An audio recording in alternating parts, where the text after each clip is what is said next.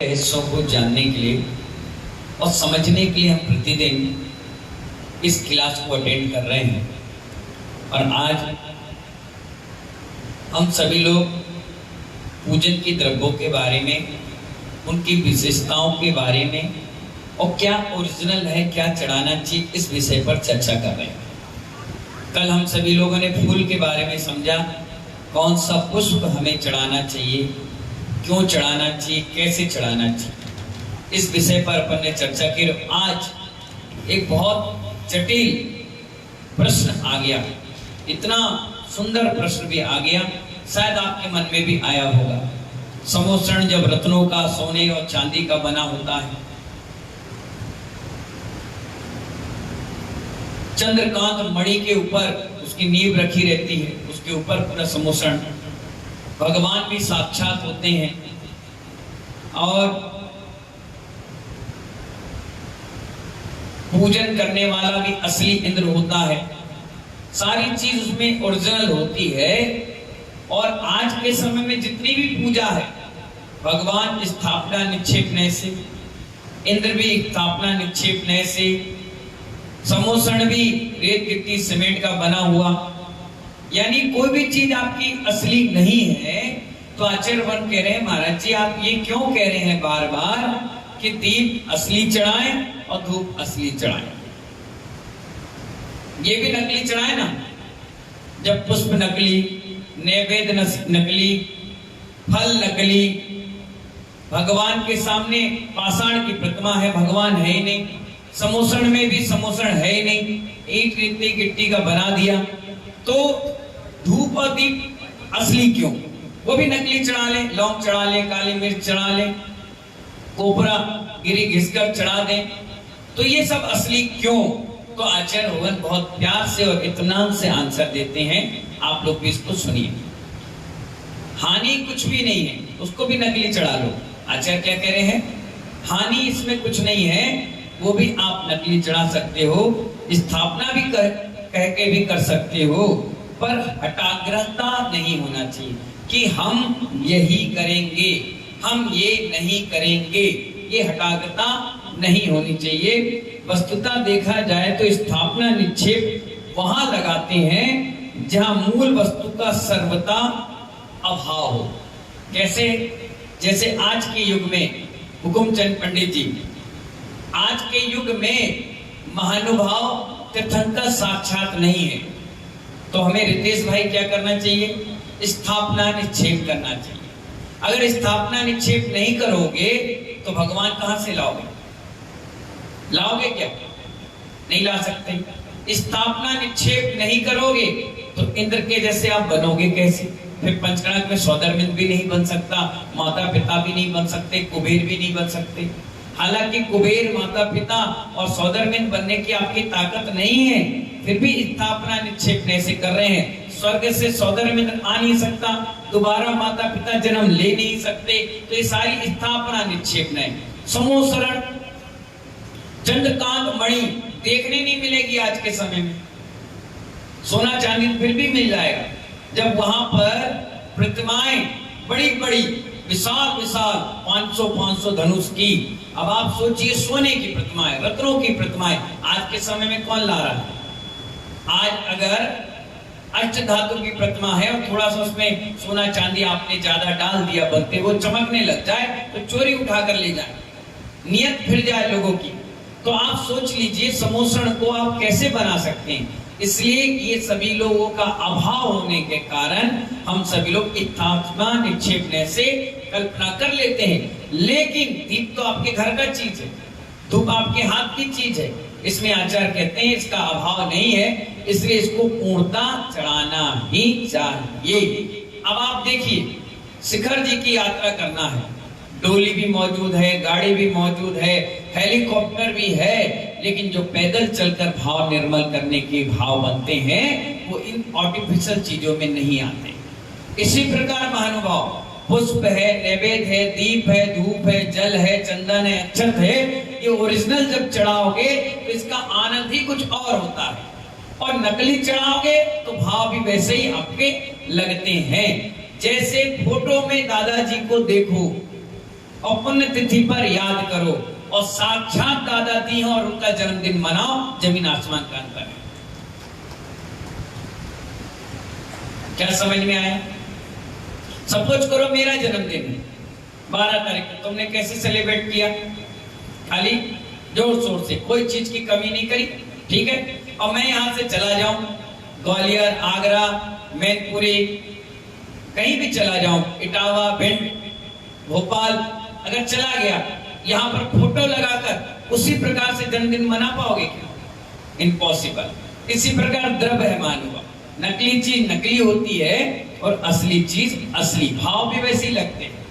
और आप करके देख लेना एक बार, आपके अपने भाव लगे, ठीक है ना।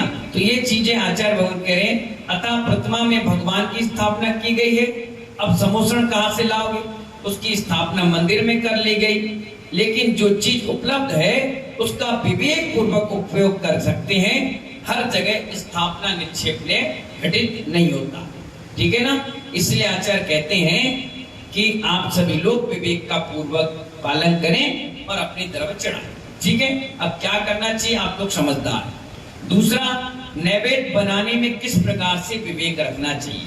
नैवेद्य मतलब मिष्ठान, पूरा शुद्धि से बनाइए, शुद्धि से लाइए, घी शुद्धि का रखिए और उससे बना हुआ मिष्ठान चढ़ाइए। तो ये मिष्ठान नुकसान भी नहीं करेगा, शुद्ध चढ़ेगा। और चढ़ाने के बाद तुरंत उसकी सफाई करवा दीजिए, चींटी भी नहीं लगेगी। और ज्यादा आप उसको फेंकेंगे, गिराएंगे या टपकाएंगे या कहीं भी छोड़ देंगे तो चींटी लगेगी। पहले जब लोग पंचामृत अभिषेक करते थे और ये नैवेद्य, धूप, दीप, दूध चढ़ाते थे, तो जितने भी श्रावक होते थे वो सारे विवेकशाली होते थे, विवेक पूर्वक कार्य करते थे।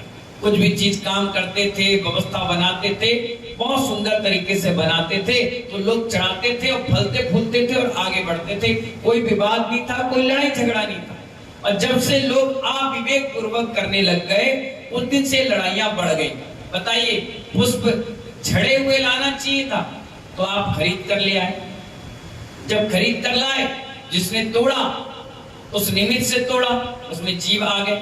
जब आपने मंदिर में चढ़ाया तो जो लोग ज्यादा ज्ञानी हैं, जो अपने आप को ज्यादा पांडित बुद्धि कहते हैं, उन्होंने देखा देखो इसने चींटी चढ़ा ली, जबकि एक बार उसने चढ़ाई, गलती एक बार हुई और आपने उसको प्रचारित कर दिया कि पुष्प नहीं चढ़ाना चाहिए। एक ने दूध चढ़ाया, दूध चढ़ाने के बाद उसने मार्जन करते करते भूल गया, चींटियां लग गई या उसमें कोई कीड़े लग गए, आपने प्रचारित कर दिया दूध नहीं चढ़ाना चाहिए। एक ने घी लाया, आरती करी, ज्यादा जल गया दीपक, छोड़कर चला गया, अब उसमें एक आध दो पतंगा मर गया तो आपने कह दिया दीपक नहीं जलाना चाहिए।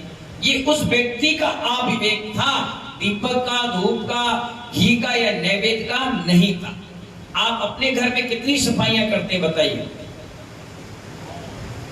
विनोद जी? भोजन करने के बाद थाली से बाहर गिराते हैं, पानी पीते हैं तो क्या करते हैं? पूरे सटपेट में गिरा देते हैं। जूस पीते पूरा मुंह छपा लेते हैं, नहीं करते ना। तो ऐसे पूजन में भी पूरी द्रव्य ढंग से चढ़ाए, अच्छे से चढ़ाए, विवेक पूर्वक चढ़ाए, इसमें कहां दोष लगेगा? अगर आप गिराएंगे, फैलाएंगे, लाडू चढ़ाने की बारी आई, लोग लाडू की जगह गोला क्यों चढ़ाने लग गए? क्यों? लाडू आप चढ़ाते थोड़ी ना हो, आप फेंकते हो, निशाना लगाते हो, विवेक नहीं लगाते हो। इस कारण से लाडू गिरा, चींटियां हुई, लोगों ने वीडियो बनाई, देखो। इसीलिए हम लोग लाडू नहीं चढ़ाते हैं। तो 4 लोग उनके सपोर्ट में और आ गए, हाँ भाई साहब सही कह रहे हो, हाँ भाई साहब सही कह रहे हो, और वो भी उन्हीं की राह में चलने लग गए। ये नहीं कह पा रहे हैं, ये अविवेक पूर्वक क्रिया हो गई। विवेक से करिए, कोई दिक्कत ही नहीं होगी। आप विवेक पूर्वक मुनिराज आहार करते हैं, इसलिए उनके आहार में कोई दिक्कत परेशानियां नहीं आती। आप लोग आप विवेक पूर्वक क्रिया करते हो, आचार करते हैं, सबसे पहले विवेक लगाइए। नैवेद्य की बात चली, नैवेद्य बनाते समय शुद्धि अर्थात मन वचन काय की शुद्धता और उस पदार्थ की जिसे नैवेद्य बनाना है उसकी भी शुद्धता मर्यादा का ध्यान रखते हुए घी आदि भी घर के दूध से निर्मित होना चाहिए। भक्ष और अभक्ष पदार्थों का भी उचित ध्यान रखते हुए नैवेद्य तैयार करके चढ़ा देना चाहिए, कोई दिक्कत इसमें नहीं है। लेकिन मर्यादा और भक्ष अभक्ष का ध्यान रखते हुए। पता चला बाजार से पूरा ले आए, बाजार से घी ले आए और तुमने बस हाथ चला लिया, लड्डू बनाया और यहाँ आकर के कुंटलों कुंटल चढ़ा लिए। आचार्य कहते हैं ये तो तुमने बहुत बड़ा अपराध कर लिया। एक तो अविवेक किया, अभक्ष चढ़ाया और चढ़ाने के बाद भी चींटियां लग गई तो हिंसा का पाप लग गया। इसलिए आचार्य कहते हैं क्योंकि शुद्ध चीज हमेशा थोड़ी बनती है। क्या बनती है? अगर ज्यादा बन रही है तो नियम से मिलावट है। कहीं पर भोजन की व्यवस्था थी कैलाश चंद जी और लोगों की व्यवस्था थी 100 लोगों की और आ गए 250। कितने आ गए? तो वहां के मैनेजमेंट डायरेक्टर ने क्या किया मालूम है आपको? आधी कटोरी तो मिर्च डाल दी उसमें। क्या डाल दी? मिर्च डाल दी। सुने महाकाल, मिर्च डाल दी और भीड़ बढ़ गई तो उन्हें पानी और डाल दिया और उबाल दिया और लोगों को देना चालू कर दिया। लोगों ने कहा 1 किलो दाल थी, ये इतने टब भर के कैसे बन गए? उसने कहा भैया भीड़ ज्यादा आ गई तो हमने मसाला और पानी और मिला दिया। ऐसे ही मानूंगा जब शुद्ध चीज बनती है तो इतनी बनती है और तुमने देखा ज्यादा बनाना है तो नियम से क्या करोगे? फिर क्या करोगे? मिलाओगे इसमें। क्यों मिलाओगे? ज्यादा दिखाने की, ज्यादा बनाने की। आचार्य कहते हैं ज्यादा बनाओ या थोड़ा बनाओ, अशुद्ध चीज तो अशुद्ध है, चढ़ा करके भी पाप का आश्रय ही करोगे। इसलिए कम चढ़ाओ लेकिन शुद्ध चढ़ाओ। क्या कहा? जोर से बोलो। अब तुम लोग चौके में भी यही व्यवस्था बनाते हो, आडंबर बनाने के लिए फैलाव करते हो और जितना फैलाव करोगे उतनी अशुद्ध चीजों का समावेश करोगे ही करोगे, उतने प्रमाद से काम करोगे ही करोगे। आचार्य कहते कम बनाओ, उतना बनाओ जितना उनकी साधना में सहयोगी बने, उनके अंदर तामसिक प्रवृत्ति प्रारंभ ना हो, उनको स्वादु बने रहने दो, स्वादु मत बनाओ। ऐसी पूजा का सिस्टम है। जरूरी नहीं 10 किलो इतना सामान चढ़ाओ लेकिन शुद्ध चढ़ाओ। क्या चढ़ाओ? शुद्ध चढ़ाओ, विवेक पूर्वक चढ़ाओ। इसमें कोई भी बड़े से बड़ा साधु, किसी भी पंथ का साधु हो, किसी भी ग्रंथ का साधु हो, किसी को मानने वाला हो, वो आपकी बुराई नहीं कर सकता। कोई पंडित भी बुराई नहीं कर सकता, इसलिए क्योंकि आपने विवेक पूर्वक कार्य किया। क्या किया है? विवेक पूर्वक। तो आचार्य भगवान कहते हैं नैवेद्य के बारे में आपने समझ लिया, अब समझिए दीप के बारे में। किसके बारे में समझना है? दीप के संबंध में क्या विवेक रखना चाहिए, क्योंकि दीप की लौ से कई प्रकार के जीव मर जाते हैं, ऐसा तर्क लोगों ने दिया। तो जिज्ञासा जब आई तो समाधान भी बहुत सटीक मिल रहा है। आचार्य कहते हैं दीपक जलाते समय दीपक में इतनी घी डालें कि पूजन तक ही जलता रहे। कितना जलाएं? जब तक आपकी पूजन है 1-2 चम्मच, 1 चम्मच डाल दीजिए, क्योंकि घी लगा है, दीपक जल रहा है, आपकी नजरें उसके सामने हैं, तो उतने ही घी डालिए। और जब आप अपनी नजरें हटा लिए, पूजा समाप्त हो गई, दीपक बुझ गया, आपका भी काम खत्म। ना कोई जीव मर पाया, ना हिंसा हो पाई। लेकिन इसका मतलब ये नहीं कि दीपक ही बंद कर दिया जाए, नहीं मानूंगा। उतने घी डालिए जितनी आपकी व्यवस्था पूजा तक चल रही है। उस बाद में अधिक देर तक दीपक ना जलाएं, और यदि जलाएं तो उसे कांच के डब्बे में पैक करके ढक कर रखें, अथवा कपूर जलाकर पूजन में चढ़ा सकते हैं, क्योंकि कपूर आरती पर्यंत जलता रहता है। जितनी आरती उतना जला और काम खत्म हो गया। ठीक है ना? एक प्रश्न आया था कल भी, क्या टार्च से आरती कर सकते हैं? टार्च से, बल्ब से, ट्यूबलाइट से, हेलोजन से आरती कर सकते हैं क्या? प्रश्न आया बच्चों का। तो आचार्य कहते हैं कभी नहीं करना चाहिए। क्या कहा? कभी नहीं करना चाहिए। आप देखिए महानुभाव और सोचिए, बिजली जहां बनती है ना, वहां पानी का स्रोत होता है, जालियां बनी होती है, वहां पर पंखे लगे होते हैं, पानी उससे टकराता है और उससे बिजली बनती है। कई बार बड़े बड़े जीव, छोटे छोटे जीव उसमें मरते हैं और मरने के बाद उस बिजली का उपयोग होता है और उस बिजली से आपने बल्ब बनाया, लाइट जलाई, ट्यूबलाइट जलाई, हेलोजन जलाया और उससे आरती कर रहे हो, तो उसमें तो महादोष लग गया। एक दीपक में इतना दोष नहीं जितना बिजली के उपकरण से आपने आरती की। आचार्य भगवान कह रहे हैं टार्च से भगवान की आरती कभी जिंदगी में नहीं करना चाहिए। टार्च से आरती करने वालों को ये पता नहीं कि उसके सेल का निर्माण जीवों की हिंसा से होता है। आप जब जाओगे भोपाल तो वहां सेल बनने की बहुत बड़ी कंपनी लगी हुई है और वहां पर मंडीदीप नाम की जगह है, वहां पर सेल बनने की कंपनी है। वहां के आसपास की छतें पूरी काली पड़ गई, लोग काले पड़ गए। अगर कपड़ा सफेद कलर का सुबह डाल दो, शाम तक उसमें इतना कार्बन जम जाता है सांसों में, फेफड़ों में, कि कई इंसान पंच इंद्रिय जीव मर जाते हैं। इसके बाद जहां बनता है वहां भीषण अग्नि उस सेल में खत्म की जाती है, एनर्जी दी जाती है, बहुत जबरदस्त हिंसा होती है। तो महानुभाव, घृत से जलाया हुआ यानी घी से जलाया हुआ दिया ही दीपक या आरती कहलाता है। यदि भोजन करते समय मक्खी गिर जाए, कितना बड़ा उदाहरण दे रहे हैं आचार्य भगवान, भोजन करते समय अगर भोजन में मक्खी गिर जाए तो भोजन हमेशा के लिए त्याग नहीं होता। क्या कहा?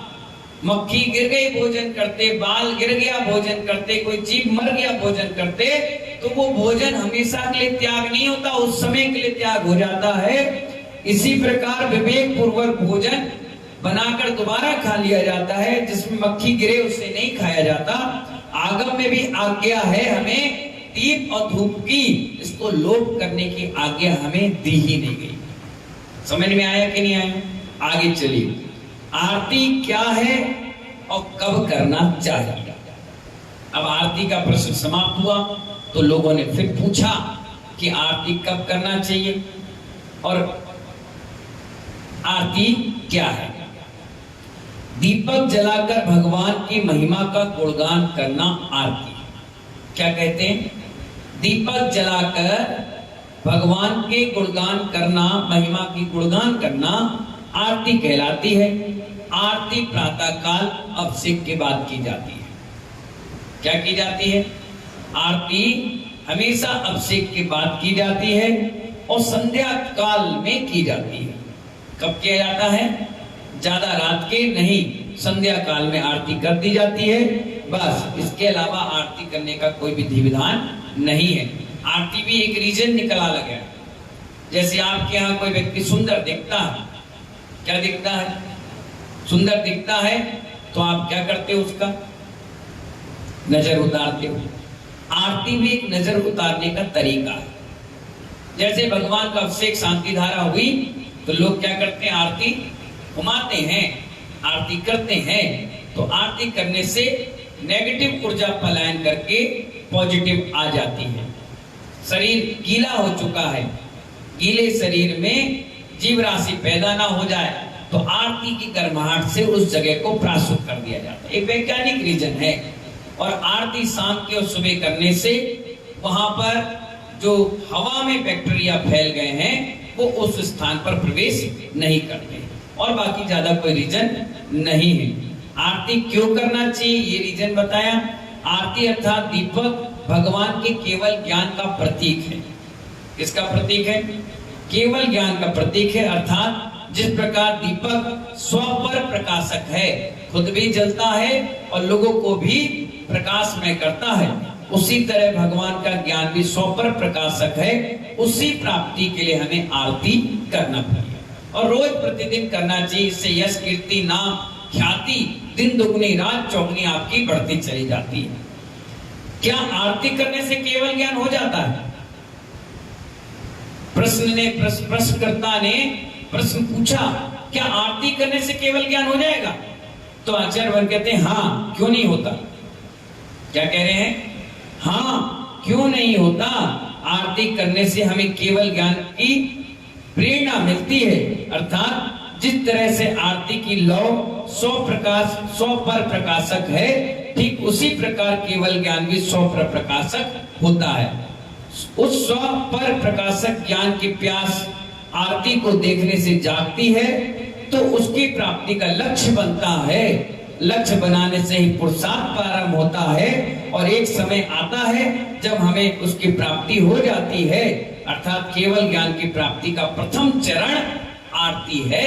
इसीलिए महानुभाव, जब जब पंच कल्याणक प्रतिष्ठा महोत्सव होता है, भगवान को केवल ज्ञान होते ही चौमुखी दीपक जलाया जाता है कि ये भगवान को केवल ज्ञान की प्राप्ति हो गई। और जब मोक्ष भी होता है, वहां भी एक दीपक जला दिया जाता है कि इनको मोक्ष की प्राप्ति हो गई।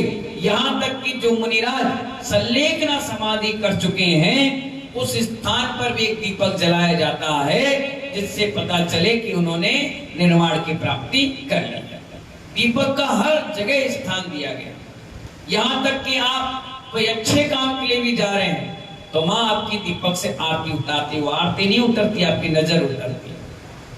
कोई राजा महाराजा युद्ध के लिए जाते हैं, आरती उतरती। कोई नेता अभिनेता आते हैं, उनकी आरती उतारी जाती।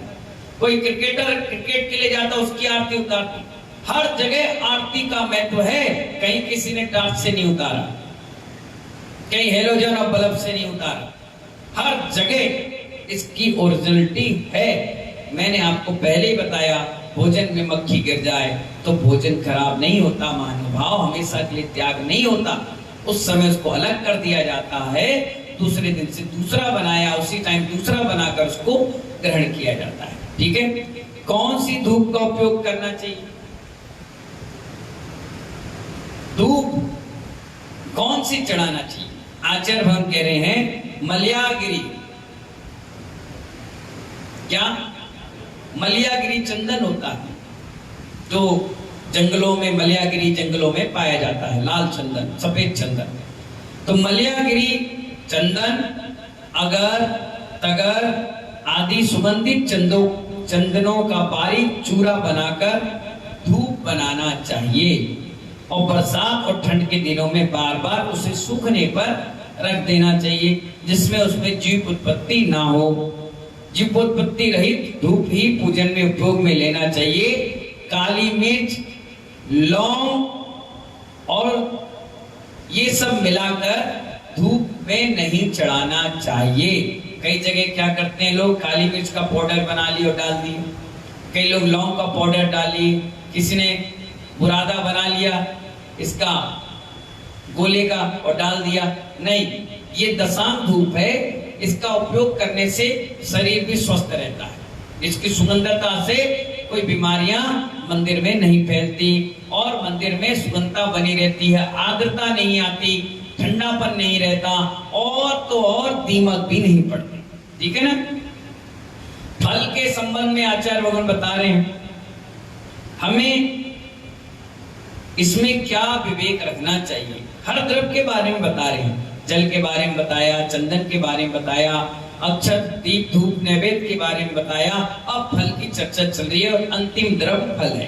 अंतिम द्रव्य क्या है? फल है। फल सड़ा हुआ, भुना हुआ नहीं होना चाहिए। क्या कहा? फल सड़ा हुआ और भुना हुआ नहीं होना चाहिए। फल का उपयोग में लेना चाहिए, पर वो वाले फल नहीं लेना चाहिए जिसमें अत्यधिक जीव उत्पत्ति होती है, जो बहुत ज्यादा मीठा हो, बहुत जल्दी सड़ जाता हो। ना ही फल कच्चा हो और ना ही अधिक फल पक्का हो। तुच्छ फल जो बिल्कुल सस्ते आते हैं, जैसे पता चला आम का सीजन हुआ और बाजार में 1 किलो आम में 10 चढ़ रहे हैं, तो तुमने क्या किया? ऐसा आम दो जो बीज चढ़ जाए, ऐसा सस्ता दो जिसमें ज्यादा सस्ता हो और ज्यादा दिखे। केला ले आए, सड़े सड़ाए, गले गलाए, सस्ता चढ़ाने के लिए नहीं, ऐसा फल नहीं चढ़ाना चाहिए। चढ़ा तो अच्छा चढ़ाओ, मत वरना मत चढ़ाओ। कमल गट्टा उठा लाए फल के नाम पर, काली मिर्च उठा लाए, छोटे छोटे सुपारी छांट के ले आए, नीरू भाई, बेर उठा लाए, आंवला उठा लाए, उमर कटुम्बर फल ले आए, पीपल उठा लाए, बादाम भी छोटी छोटी ले आए, बोले 1 किलो में 400 चढ़ेगी, चढ़ाओ भैया, बड़ा बड़ा कार्यक्रम करना है। ये छोटी सोच है। ऐसे फल लाकर चढ़ाने से आपकी सोच भी छोटी और फल भी छोटा मिलेगा। कितने ही बादाम चढ़ा लो, फल मिलने वाला नहीं है। ढंग से चढ़ाओगे तो ढंग का फल मिलेगा। आचार्य कहते हैं उत्तम फल और आकर्षित फल होना चाहिए।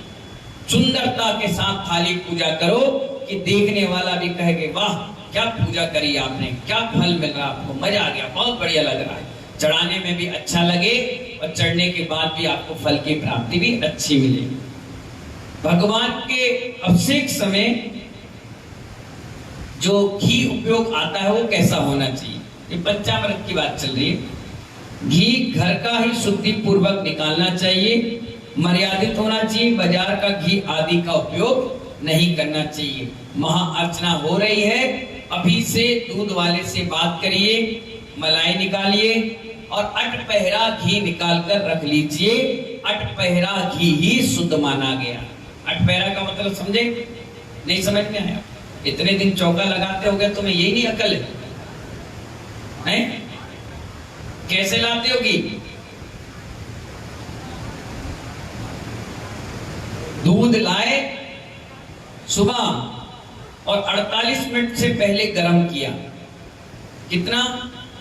सुन लो काली और प्राकुल, प्रेमचंद, रितेश, नीरू, शीतल प्रसाद, कोई भी व्यक्ति हो, एवरीबॉडी बड़े ध्यान से सुनिए। अटपहरा घी, आप लोग ये सबसे बड़ी गलतियां करते हो कि क्या करते हो, आज दूध लाया और घी निकाल कर रख लिया, एक मलाई निकाल कर रख ली, शाम के दूध आया फिर मलाई रख ली, फिर कल आया दूध फिर मलाई रख ली, 8 दिन तक मलाई रख ली। कितने दिन तक? सुन लीजिए बड़े ध्यान से, कितनी बड़ी गलती आप करते हैं। अब वो मलाई जो सुबह आपने दूध से निकाली थी वो शाम तक आते आते अशुद्ध हो चुकी है। क्या कहा मैंने, समझ में आया क्या? 12 घंटे के बाद उसकी मर्यादा खत्म। सुन लीजिए, बड़े ध्यान से सुन लीजिए, अटपहरा किसे कहते हैं, समझ गए? अब शाम तक खत्म और तुमने उसमें फिर एक मलाई का लपेटा लगा दिया, सुबह फिर लगा दिया, कल फिर 8 दिन के बाद उसमें फुफुंद जमना चालू हो गई, बदबू आना चालू हो गई। तो हमारी माताएं इतनी सियानी, इतनी ज्ञानी कि उसे तवा पर गरम कर लिया। क्या कर लिया? तवा पे गरम कर लिया और कहा इसके प्राशुक कर लिया। तुमने प्राशुक नहीं किया, हजारों जीवों का नाश कर दिया। ना जाने कितने त्रस्त जीव थे, तुमने गरम कर लिया। और उसके बाद जब 15 दिन हो गए, डब्बा भर के, कटोरदान भरकर तुम्हारा मलाई इकट्ठा हो गया, फिर तुम 1 घंटा बैठकर उसके गरम करने में लगे और घी छान करके डब्बे में रखा और चौका लगाया और कहा कि मन शुद्धि, वचन शुद्धि, काय शुद्धि, आहार जल शुद्ध है, लेना है तो लो और नहीं लेना तो चाहो। और क्या कह रहे हो? मुनिवर आज मेरी कुटिया में आए हैं, चलते फिरते तीरथ आए हैं और तीरथ को सड़ा हुआ माल खिला रहे हो। कहां से तुम्हारा जीवन अच्छा बनेगा? कहां से तुम स्वर्ग जाओगे? कहां से तुम्हें संयम आएगा? जब अशुद्ध चीज खिलाओगे तो मानव प्योर तुम्हें आशीर्वाद कहां से मिलेगा? घी क्या होता है मालूम है? दूध तुम लेकर आए और दूध भी मर्यादित होता है। जैसे निकला तुरंत 5-10 मिनट में गर्म कर लीजिए। और आप लोग क्या करते हो? 5 बजे दूध वाला दूध निकाला, तुम जाते नहीं लेने। क्लियर कट बात बता रहा हूं, हकीकत बात बता रहा हूं। तुम ऑर्डर करते हो, फोन किया दूध वाले को, सुनो कल से हमारे यहाँ चौका लग रहा है, चौका 1 की जगह 2 किलो दे देना। और सुनो पानी नहीं मिलाना, नहा धो के निकालना। और ठीक है बहन जी, ठीक है। ना तो उसे नहाना मालूम, ना उसे प्योरिटी मालूम। आपने कहा 60 की जगह 65 देंगे, 65 के 70 देंगे, तुमने 10 रुपए में प्योर दूध मिलना प्रारंभ हो गया। वो गया 1 नंबर, वो गया 2 नंबर, और ना नहाया ना धोया, एक टॉवेल लपेटी और थन ना धोया ना कोई, फटाफट उसने तेल लगाया और निकाला दूध और कहा सुनो ये महाराज के लिए दूध जा रहा है, इसे कोई टच नहीं करना। उसने अलग रख दिया, पानी नहीं मिलाया, अच्छी बात है, अलग रख दिया। 5 बजे दूध निकाला और 7 बजे तुम्हारे घर पर आया, तुमने उसे गर्म किया, यानी तुमने ना जाने कितने तरस से इंद्रिय जीवों का घात करके दूध पिला दिया। कायदा ये कहता है चौके वालों, बड़े ध्यान से सुनिए, जैसे ही आप चौका लगाने के लिए तैयारी कर लिए, अपने घर में जेंट्स को कहो सुबह नहाए धोए तैयार होए और जाए उस स्थान पर जहां दूध गाय देती है। यहां तक कि आचार्य ने कहा कि शुद्ध कपड़े पहनकर जाएं, धन को अपने पानी जो ले जाए उससे धोएं और बाल्टी मग्गा अपना ले जाएं और अपने बर्तन पर वो पूरा दूध निकाल कर लाएं। आपको मालूम है कि 5:30 बजे निकला, स्वाभाविक है दूध एक बार निकालेगा, एक बार 1 लीटर तो निकलेगा नहीं, कम से कम 15 से 20 मिनट लगता है 1 से 1.5 लीटर दूध निकालने वालों। जब 2 लीटर निकालेगा तो कम से कम 20 मिनट तो लगेगा, इतना तो लगेगा, तो 48 मिनट में 20 मिनट तो ये कम हो ही गए तुम्हारे। अब बचे आधा घंटा, कितने? आधा घंटा 25 मिनट, और वो व्यक्ति जब घर आएगा तो 10 से 15 मिनट तो लगेगा। अब बचा कितना टाइम बताइए? तुम अभक्ष खिला रहे हो या शुद्ध?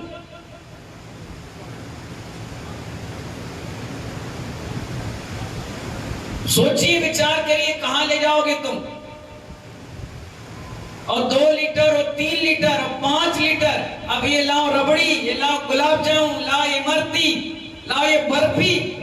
जितना अशुद्धि से खिलाओगे उतना ही नरक के लिए अपना रिजर्वेशन कराओगे।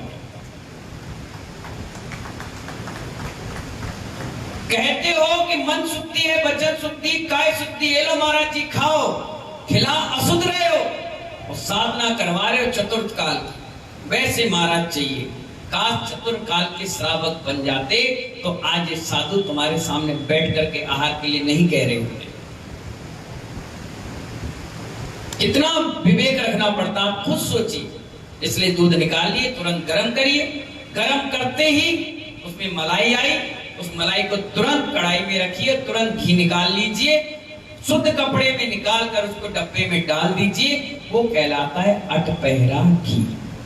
या सुबह ना निकाल पाए तो शाम तक तो, दोपहर तक तो वो निकाल के रख लीजिए। कल के लिए अगर मलाई रख दीजिए तो समझ जाइए आपने अशुद्ध आहार खिलाना प्रारंभ कर दिया। अब आप कहोगे इतना घी निकलता नहीं है, क्या जरूरत है घी की? नदियां बहाने से क्या होगा? वो नदियां तुम्हारे शरीर को छलनी करेगी, तुम्हारे आने वाली नस्लें फसलें सब बिगाड़ेगी। ऐसा आहार क्यों कराते हो? 1 कटोरी घी है ना, मैं तो बिना घी का रोटी खाता हूँ, सूखी खाता हूँ, और पूरी सब्जी मिला लो तो 1 कटोरी बिना लगता हूँ, चावल भी बिना घी के लेता हूँ। मैं अपनी आदत डाल रहा हूँ, जैसे मीठा छोड़ दिया, मीठी चीजों का आजीवन त्याग कर चुका हूँ, ऐसे धीरे धीरे घी के लाइन पर आ चुका हूँ। 1-2 साल बाद उसका भी त्याग कर दूंगा। आने वाले समय में धीरे से दूध पर आऊंगा, जो चीज मैं कह रहा हूँ उसको फॉलो भी करूंगा, क्योंकि मैं जानता हूं तुम कितने ही अपने आप को रोको, कितने ही आप तुम अच्छे प्रवचन सुन लो, कितने बड़े बड़े भगवान महावीर स्वामी भी आकर तुम्हें समझा दे, लेकिन तुम अपनी इस चालबाजी से बाज नहीं आओगे। लोगों को दिखाने के लिए भोजन कराते हो, खुद के कल्याण के लिए कराते तो 1 चम्मच घी में काम चला लेते। दूसरों को दिखाना चाहते हो।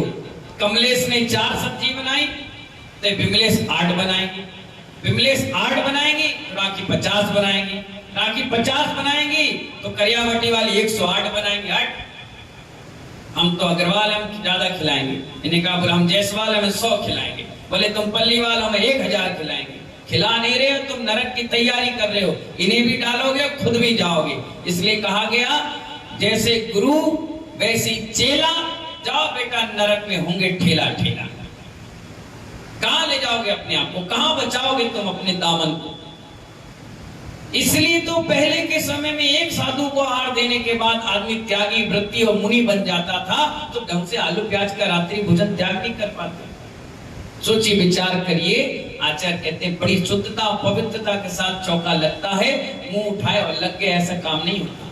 3 दिन पहले से पूरे घर की सफाई होती है, पूरे हाथ पैर कपड़े लत्ते सारी चीज बदल कर नए बिल्कुल सिस्टम के साथ बर्तन को अग्नि दिखाकर बाहर सूरज की रोशनी दिखाकर, यहाँ तक कि जिस चूल्हे में आपने भोजन बनाना है उस चूल्हे में कल परसों तुमने दुनिया भर की चीजें बनाई, उस तक को कपड़े से पोंछा जाता है। हर चीज प्योरिटी के साथ बनाते हैं। तब साधु आहा करके आता है तो 2 घंटे माला फेरता है। तुम्हारा आहा करके तो सिर्फ चटाई ओढ़कर सो गया। सोचिए, विचार करिए। इसलिए महानुभाव आचार्य भगवान यहाँ बता रहे हैं कि घी कितनी सुंदरता और पवित्रता के साथ चढ़ाना चाहिए। लोग बुराई करते हैं, इसीलिए करते हैं क्योंकि तुम बाजार से लाए और डाल दी, बाजार से लिए आरती कर ली, बाजार से धूप में डाल लिए, बाजार से तुमने अभिषेक कर लिया। नहीं, ये सब फालतू के काम नहीं है। विवेक पूर्वक करिए, शुद्ध करिए, थोड़ा करिए, लेकिन करते रहिए। आचार्य भगवान अगला दूध की क्वालिटी के बारे में बात कर रहे हैं, वो करेंगे अपन कल। हालांकि 50% मैंने आपको बात बता दी, 50 बताएंगे कल। इन्हीं मंगल भावनाओं के साथ सभी को बहुत बहुत आशीर्वाद। अपनी भूल को सुधारें, यही जीवन का सबसे बड़ा उपलब्धि है। जय बोले आदिनाथ भगवान की।